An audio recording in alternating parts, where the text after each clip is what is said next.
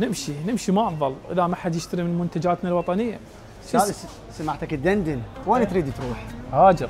وين تهاجر ليش؟ خارج العراق. الجبري قرر يهاجر خارج العراق، بس حسين محمد غير رأيه بآخر لحظة. احنا اول الداعمين المنتجات الوطنيه، تعالوا كل اللي عندنا اكثر من 70 ايتم منتج وطني موجود حاليا، وراواني عدة منتجات عراقية يبيعوها كالريان والبوادي. شنو تريد بعد؟ الناس تشتري منكم لو لا؟ طبعا علينا اقبال كلش راقي.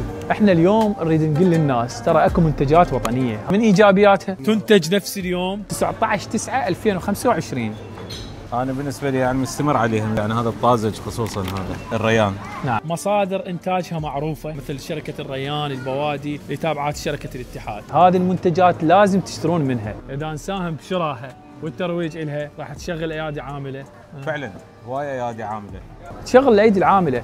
هذا إنتاج وطني لازم نشجعه وناخذ بعده.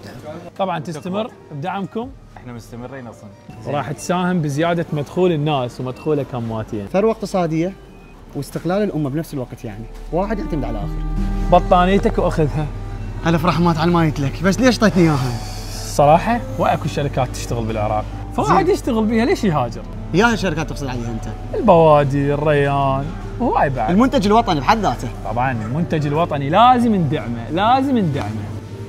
خلص السيناريو.